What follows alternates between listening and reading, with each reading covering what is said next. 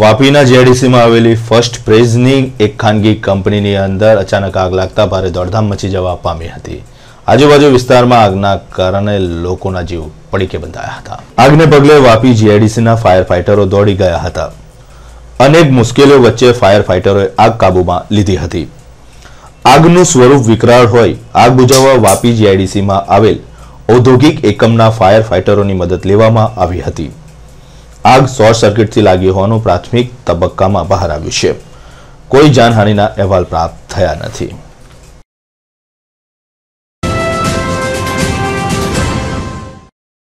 Udhna citizen cooperative bank सूरत शहेरनी एक नामांकित bank हती। एक वर्ष अगाऊ आ बैंक फड़चामां गई हती। 40,000 जेटला थापणदारो धरावती आ बैंक कौभांडोने कारणे ज फड़चामां जवा पामी हती। बेंकमां थयेला कौभांडनी तपास बेंकना वहीवटदारने सोंपवामां आवी हती। तपासमां बेंकना डायरेक्टरोए 195 जेटला खोटा खाता खोलीने करोड़ों रूपियानुं कौभांड आचर्युं हतुं, जे बाबतनो अहेवाल पोलीसने आपवामां आव्यो हतो। छतां पोलीस तरफथी कोई ज कार्यवाही करवामां आवी नथी। तेमज कौभांडी भरत पाटील, नरेन्द्र पटेल तथा दिनेश नामनी व्यक्तिनी धरपकड़ करवामां आवी नथी, जेथी आज थापणदारोए पोलीसनी कामगीरीथी नाराज थईने धरनानो कार्यक्रम योज्यो हतो। तेमज विशाळ रेली काढीने पोलीसे राजकीय दबाण हेठळ कौभांडोनी धरपकड़ करवामां आवती नथी तेवो आक्षेप पण कर्यो हतो। पोलीसनी निष्फळ कामगीरीना कारणे बैंक मर्जरनी पण कोई ज कार्यवाही थती न होय थापणदारोनी मेहनतना पैसा मेळववा हवे मुश्केल बनी रह्या छे।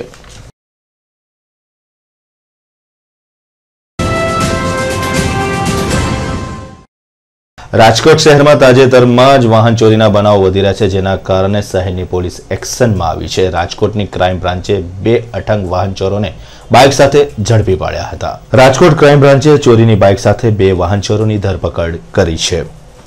पोलीसने रेसकोर्स विस्तारमांथी 2 अजाणी व्यक्तिओ चोरीनी बाइक साथे पसार थवानी होवानी माहिती मळी हती, जेथी क्राइम ब्रांचे विजय पीपड़िया तथा सागर रावतनी धरपकड़ करी छे।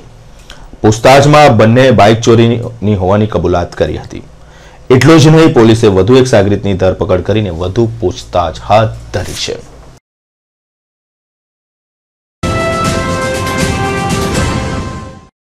ठेर ठेर राज्यनी अंदर बदलीना हुकमो थवा पाम्या छे। गुजरात न्यायतंत्रनी अंदर पण फेरबदल करवामां आव्या छे। गुजरातना न्यायतंत्रमां फेरफार करवामां आव्या छे। कार्यकारी चीफ जस्टिसना वडपण हेठळ आ फेरफार करवामां આવ્યો છે, જેમાં 138 જેટલા જજોની બઢતી સાથે રાજ્યની વિવિધ અદાલતોમાં બદલી કરવામાં આવી છે। તેમજ 122 જેટલા તાલીમ પામેલા નવા જજોની નિમણૂક કરવામાં આવી હતી। ન્યાયતંત્રમાં ફેરફારથી રાજ્યની વિવિધ અદાલતોમાં થયેલા કેસના ભારણ હવે હળવા થતા જોવા મળશે। आनंद जिल्ला में सलामती सप्ताहना अंतर्गत लोकों में जनजागृति केळवाय ते हेतुथी आरटीओ द्वारा एक विशाळ रेलीनुं आयोजन करवामां आव्युं हतुं। आ रेली आनंद जिल्ला अने शहेरना राजमार्गो पर फरी हती अने एक आगुं आकर्षण ऊभुं कर्युं हतुं। आनंद टाउन होलमांथी निकळेली वाहन रेलीमां तमाम वाहन चालको हेल्मेट पहेरीने जोडाया हता। आरटीओनी द्विचक्री चालको हेल्मेट पहेरीने ट्राफिकना नियमोनुं पालन करे अने पोतानी सलामती जाळवे ते हेतुसर आ रेलीनुं आयोजन करवामां आव्युं हतुं।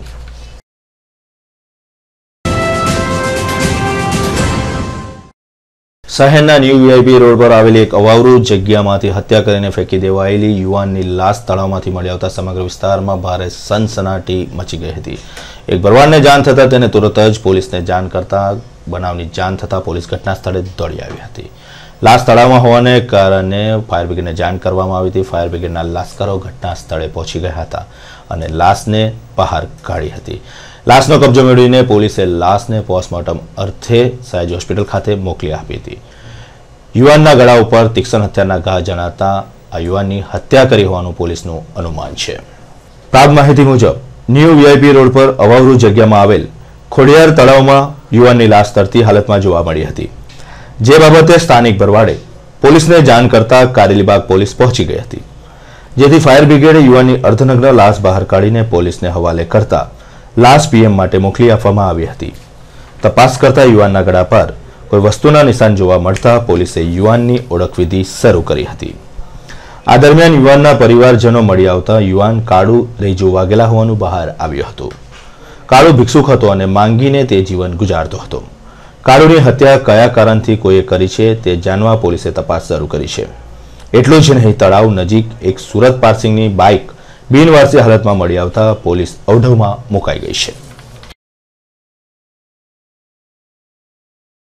આજ રોજ સાંઈદીપ નગર પાસે ખોડિયાર તળાવમાં એક યુવકની 35થી 40 વર્ષના અરસાની લાશ મળેલી છે.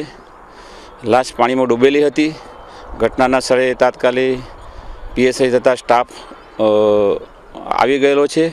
આ લાશ કોની છે તેથી આજુબાજુની માણસોના રહીશોને બોલાવીને એની ઓળખવિધિ કરવાની ચાલુ છે.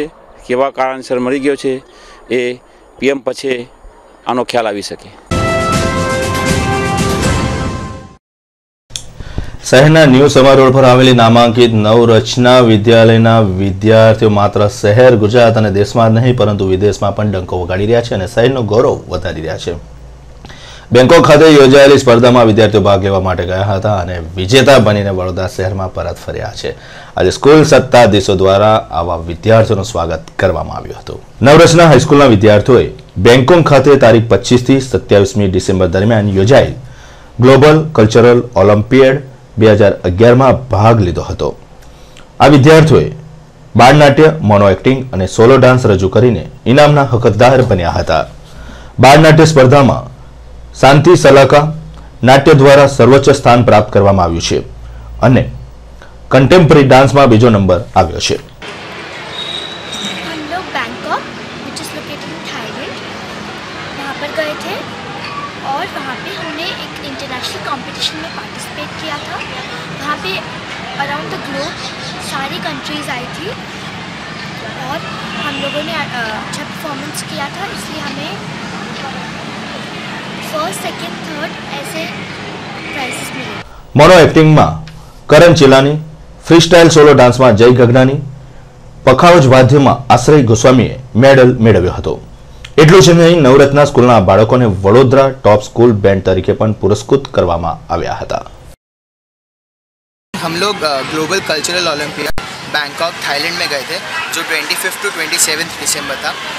हमारे स्कूल ने 2 events, group events, dance, contemporary dance और ड्रामा में पार्ट लिया था और उसके साथ साथ ही मैंने मोनो एक्ट जो एक इंडिविजुअल इवेंट होता है उसमें पार्ट लिया.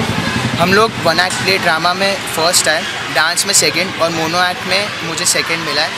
एक्सपीरियंस बहुत अच्छा था क्योंकि एक इंटरनेशनल स्टेज पे परफॉर्म करना, उधर जो कंपटीशन थी उसमें जीतना बहुत मायने रखता है.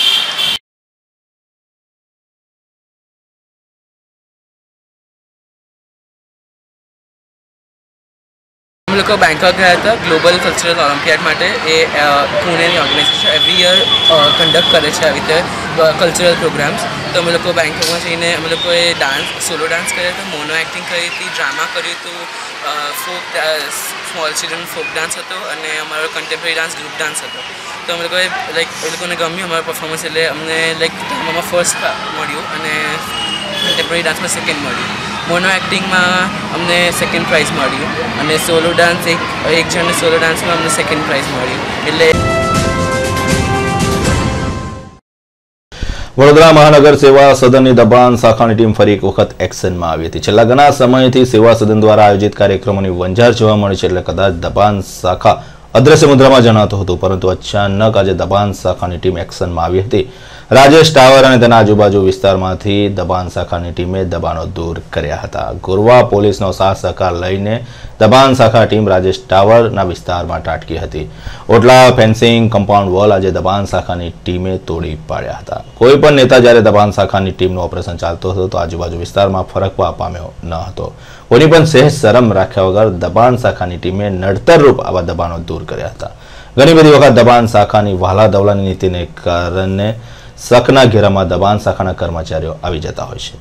થોડા દિવસ અગાઉ જ વાઘોડિયા રોડ પર ગયેલી દબાણ શાખાની ટીમ લારી ગલ્લા ઉઠાવીને ગાડીમાં મૂકી દીધા હતા, પરંતુ એક નેતાના ખૂબ જ મોટા દબાણ અને રાજકીય પ્રેશરને કારણે દબાણ શાખાની ટીમ પોતાનું ઓપરેશન પૂરું કર્યા વગર વિલા મોડે પરત સેવા સદન ખાતે આવી હતી. દબાણ શાખાની પર પણ હવે દબાણ આવવા માંડ્યું છે. આ એક સનાતન સત્ય વડોદરા શહેરમાં જોવા મળ્યું છે. આજે ભારે મહેનતથી બનાવેલા ઓટલા, ફેન્સિંગ અને કમ્પાઉન્ડ વોલ દબાણ શાખાની ટીમે તોડી પાડી હતી. ભાનું હતું હર હંમેશની જેમ કે વડોદરા શહેરનો વિકાસ અને રસ્તામાં આ દબાણો નડતરરૂપ બની રહ્યા છે. વડોદરા શહેરમાં ઘણા બધા વિસ્તારો એવા છે કે જ્યાં દબાણો આવા ઊભા થયેલા જોવા મળે છે, પરંતુ દબાણ શાખાની ટીમના હાથ કદાચ આવી જગ્યા ઉપર હેઠા પડી રહ્યા છે. આ દબાણો દૂર કરવા માટેનો પ્રોગ્રામ ડેપ્યુટી કમિશનર વહીવટ CM મકવાણા સાહેબે બનાવેલ હતો અને દબાણ દૂર કરવાના કામે ગોરવા પોલીસ સ્ટેશનનો પોલીસ સ્ટાફ, દબાણનો સ્ટાફ તથા ટીપીના સ્ટાફને સાથે રાખીને આ દબાણો દૂર કરેલ છે અને 18 મીટરનો રોડ ખુલ્લો કરવામાં આવેલ છે. જય હિન્દ.